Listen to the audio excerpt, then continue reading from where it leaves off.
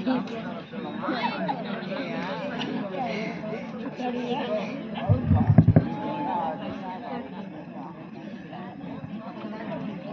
बेटा राम, मेरी आंखें आश्चर्यचकित हो रही हैं।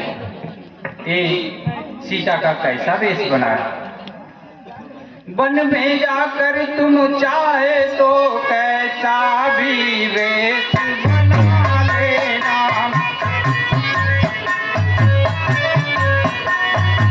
हे पुत्री, वन में जाके चाहे कैसा भी वेश बना लेना, इसलिए यहाँ पे तुम रानी ही बनी रहो और आभूषणों और कंगनों में ही वन को जाओ। हे सिया, तुम्हारा पहले तो वन को ही जाना अनुचित है। जाती भी हो तो हे बेटी, तब चिंता बाना अनुचित है।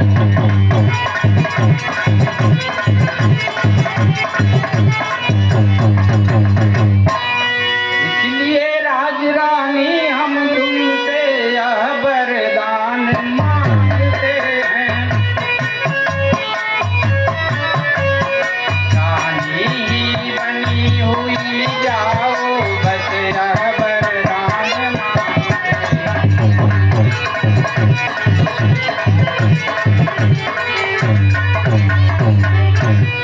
हे पुत्री, तुम कुंडलों और कंगनों से अपने पति के साथ जाओ। ऐसा जोगिया वेश वस्त्र में देख के हमारी बूढ़ी आंखें थर्रा जाएंगी। नहीं गुरुजी, जैसे मेरे स्वामी वस्त्र पहन के जाएंगे वैसे मैं भी जाऊंगी वनवास। ठीक है पुत्री, तुम्हारी जो इच्छा है वही करो। अपने पतिव्रत धर्म का पालन करो।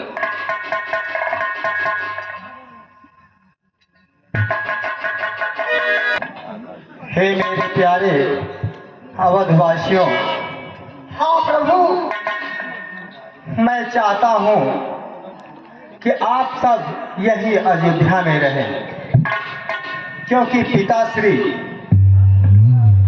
वे बहुत चिंतित हैं, उन्हें कोई सुध नहीं है।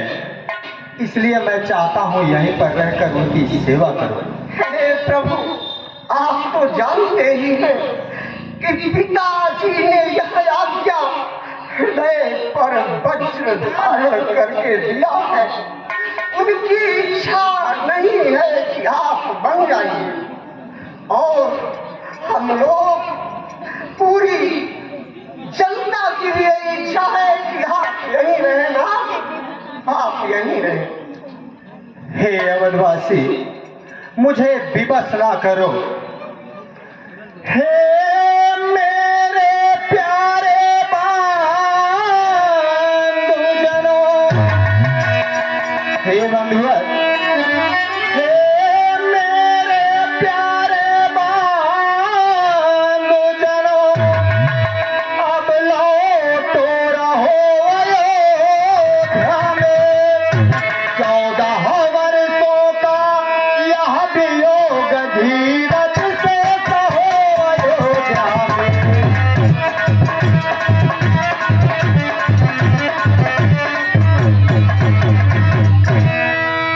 14 वर्ष के लिए यह वियोग तो सहना ही होगा। हे मेरे प्यारे अवधवासी, मैं नहीं चाहता इस दुख से। हे अवधवासी, मैं नहीं चाहता इस दुख से।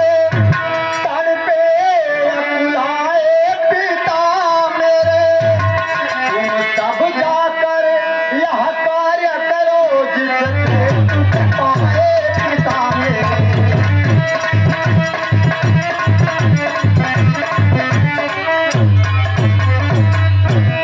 मैं नहीं चाहता हूं मेरे जाने के बाद उन्हें किसी प्रकार का कोई भी कष्ट हो। हे अवधवासियों, देखना न गड़बड़ी और विघ्न शासन समाज में हो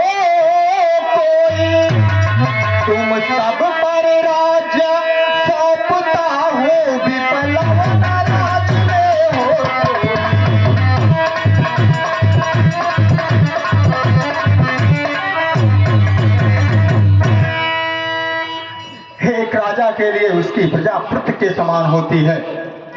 इसलिए एक पिता की भांति उनकी सेवा करो, इससे उनका संकट कम होगा और इसी में हम सबका कल्याण है।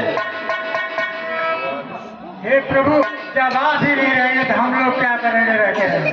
आप जहाँ जहाँ चलेंगे मैं वहाँ चलेंगे हम लोग। ठीक है अवधवासी, अगर तुम्हारी यही इच्छा है तो तुम भी हमारे साथ चलो। बंद कर दे। हेलो इसी तरह आदरणीय मोहम्मद, आप सुबह से चलते चलते थक गए हैं। आप तमसा नदी के किनारे पहुंच गए हैं। मेरी हार्दिक इच्छा है कि प्रभु यहाँ आप थोड़ा विश्राम करिए। ठीक है आर्य सुमन।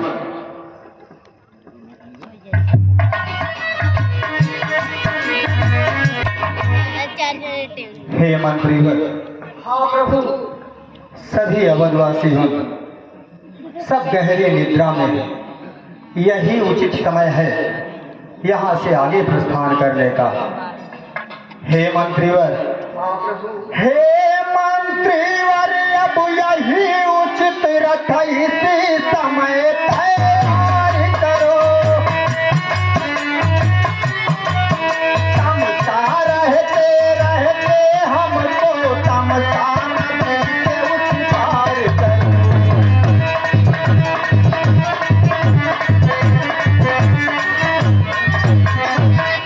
आर्य सुमन, हाँ प्रभु। रथ को इसी समय तैयार करो और रात्रि में ही हम इस तमसा नदी को पार कर लें, नहीं तो ये अगर जाग जाएंगे आर्य सुमन तो कहाँ चलेंगे हमारे साथ। हे आर्य सुमन, हाँ प्रभु। अगर ये इनका स्नेह देखकर मेरे प्रति जो स्नेह है उसके कारण ये मुझे नहीं छोड़ पाएंगे। हे आर्य सुमन, कारण यह है यह पूर्वा से जाएंगे मेरे साथ हंसी और देहाती के होते हैं मेरे साथ।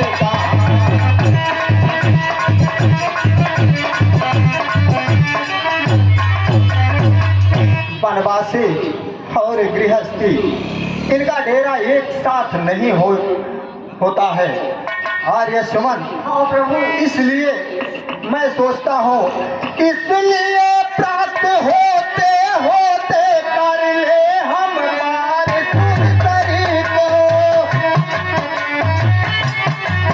पुरजन उस समय विवश होकर जाएंगे कौशल नगरी को।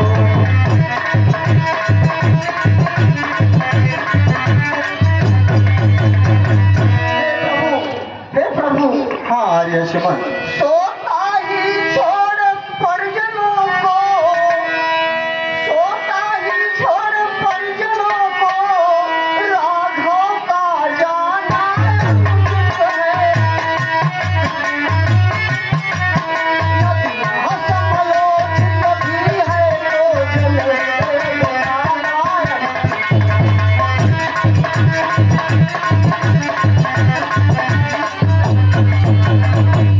हे प्रभु, अगर यह समयोचित भी है तो जनता जनार्दन का हृदय दुखी करना ये उचित नहीं है प्रभु, उचित नहीं है।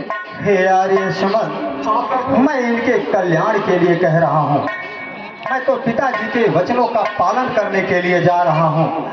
उसमें इन अवधवासियों का क्या दोष है? इसलिए मैं यही चाहता हूँ कि ये अवध में रहे, पिताश्री के चरणों की सेवा करें, राजा भरत की उनके कार्य चलाने में उनकी मदद करें। इसी में इन सबका कल्याण है।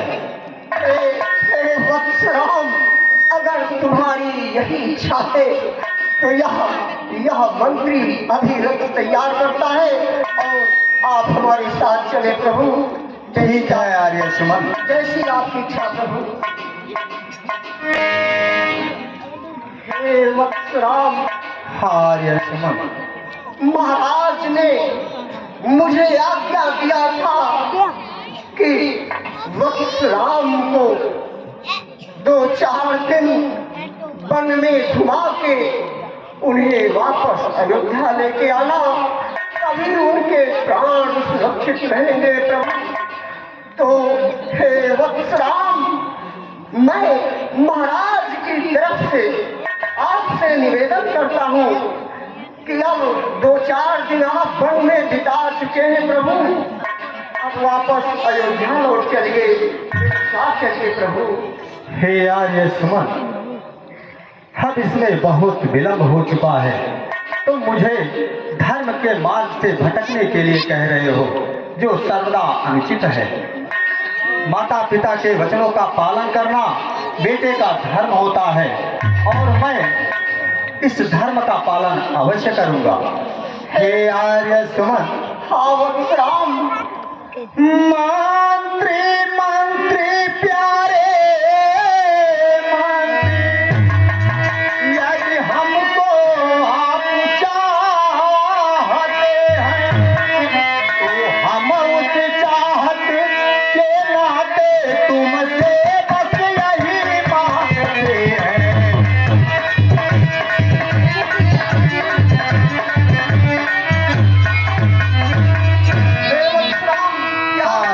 चाहते हो बोलो।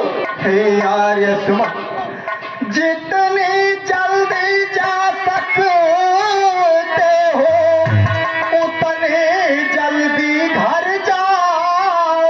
तुम 14 वर्षों के लिए तातई राघव को बिछाओ।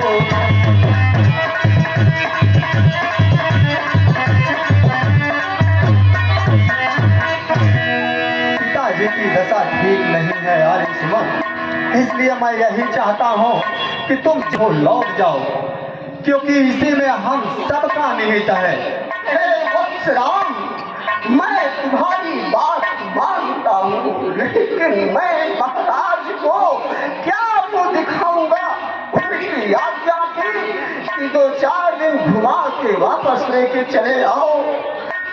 मैं कैसे कहूँगा कि अपने कलेजे के टुकड़ों को मैंने वन में छोड़ दिया है? हे आर्य सुमन, पिताश्री ने रघुवंश की कीर्ति को सूर्य के प्रकाश की भांति दिगंत में फैलाया है। क्या आप चाहते हैं कि मैं उनके वचनों का पालन करके उस पर हमेशा हमेशा के लिए दाग लगा दूं? आर्य सुमन, आप भी ऐसा कभी नहीं चाहेंगे। नहीं वत्स, कुल को कलंकित करना रघुवंशियों की मर्यादा में नहीं है वत्स राम, नहीं है। हे पुत्री सीता, अगर वत्स राम नहीं जा सकते तो तुम ही चली चलो। कम से कम महाराज तुम्हें देखकर ही कुछ धैर्य धारण करेंगे पुत्री, धैर्य धारण करेंगे। नहीं मानूंगा, मैं नहीं चलूंगी। पुत्री, ठीक है, अगर तुम अपने धर्म पर अडिग हो तो हे वत्स लक्ष्मण, मैं तुमसे हाथ जोड़ता हूँ। तुम्हारा यह बूढ़ा मंत्री हाथ जोड़कर प्रार्थना करता है, वत्स मेरे साथ अयोध्या में चले चलो। हे तात, हमने अपना जीवन अपने भैया के चरणों में समर्पित कर दिया है, परंतु जाते जाते हमारा एक संदेशा माता कैकेयी से अवश्य बता देना। बोलो पुत्र बोलो, क्या हो कहना है? हे तात, कहना माता कैकेयी से ही के चिराग जलवाए वो, हम कंटक थे सो निकल गए, निष्कंटक राज चलाए वो। हे तात, हाँ पुत्र, यह भी कह देना क्षमा करें, हम बेटे वे महतारी हैं, जो कृपा उन्होंने हम पर की, हम उसके भी आभारी हैं। तुम्हारी ये बातें सुनने में बहुत अच्छी लगती हैं, अगर चले चलते तो और कि हमने कहा कि हमने अपना सारा जीवन अपने भैया के सेवा में, अपने भैया के चरणों में समर्पित कर दिया है, अतः मैं आपके साथ पुनः अयोध्या नहीं जा सकता। विधाता, ये कैसी विडंबना है। यह बूढ़ा मंत्री ना तो वत्स राम को वापस कर पा रहा है, ना पुत्र वधु सीता को, और ना ही लक्ष्मण को। हे वत्स राम, आर्य सुमन, अगर कुछ संदेश हो तो बता दो, ताकि मैं संदेशाई कह सकूं महाराज से। हे आर्य सुमन, हाँ वत्स राम, मैं एक विनती करना चाहता हूँ। बोलो वत्स, बोलो। हे आर्य सुमन, अनुज लक्ष्मण अभी अबोध बालक है, इसे उचित और अनुचित का ज्ञान नहीं है। कोई भी माँ अपने बेटे का कभी अमंगल नहीं चाह सकती है, इसलिए इसकी बातों का बुरा मत मानना। हे आर्य सुमन, दिल की तकदीर पर छोटों के बचनों को मत निकलना तुम। तो मन तुझे है वहाँ पहुँच के वचन कह देना।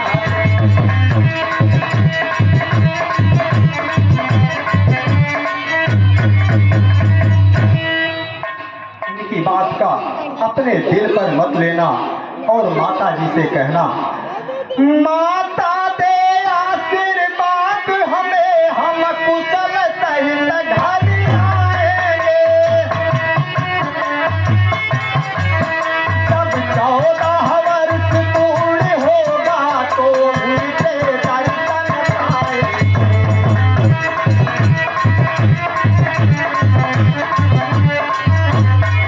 उनसे कहना वो मुझे आशीर्वाद दे कि मैं पिताजी के वचन का पालन कर सकूं।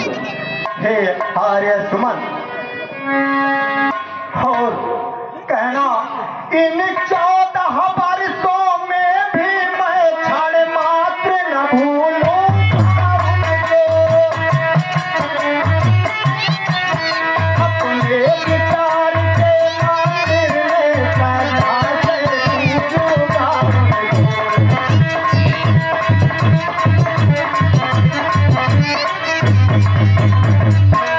अपने मन में मैं उन्हें श्रद्धा के साथ पूछता रहूंगा।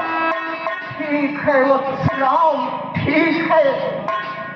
आपका यह संदेश यह बूढ़ा मंत्री महाराज से अवश्य कहेगा।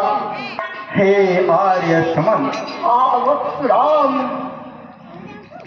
पिता के वचन का पालन करना बेटे का धर्म होता है, और आप तो जानते हैं कि रघुकुल हमेशा धर्म पर विश्वास करता है, अधर्म कभी नहीं करता है, क्योंकि हमारे पूर्वजों ने धर्म के लिए कितनी यातना सही है, ये आपसे बेहतर और कौन जा सकता है।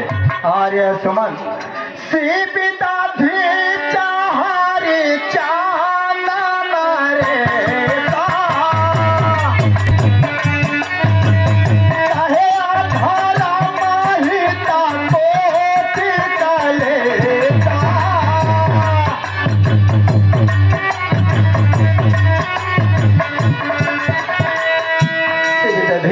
राजा हरिश्चंद्र जैसे राजाओं ने धर्म को धारण करने के लिए कितने कठिनाइयों का सामना किया है।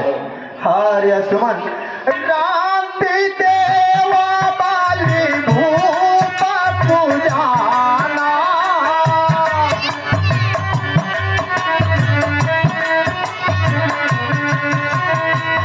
धर्म धारे हूँ साहिता कतना।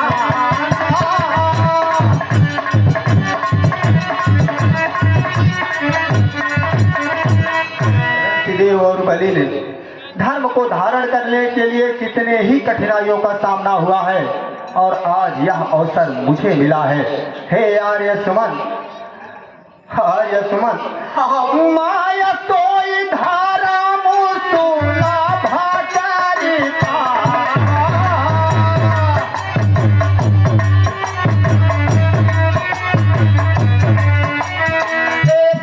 आयाती हूँ पुराया राजा सुझा।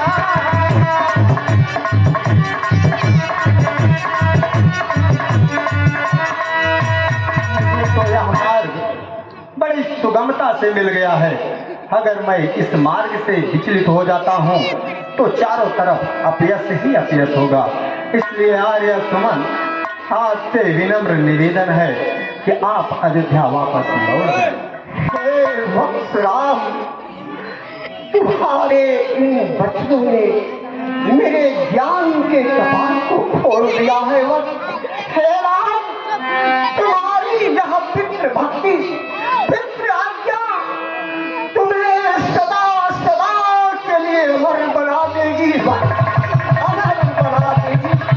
हे वत्सराम, हाँ माता, तुम्हारी गाथा सदा अक्षरों में लिखी जाएगी।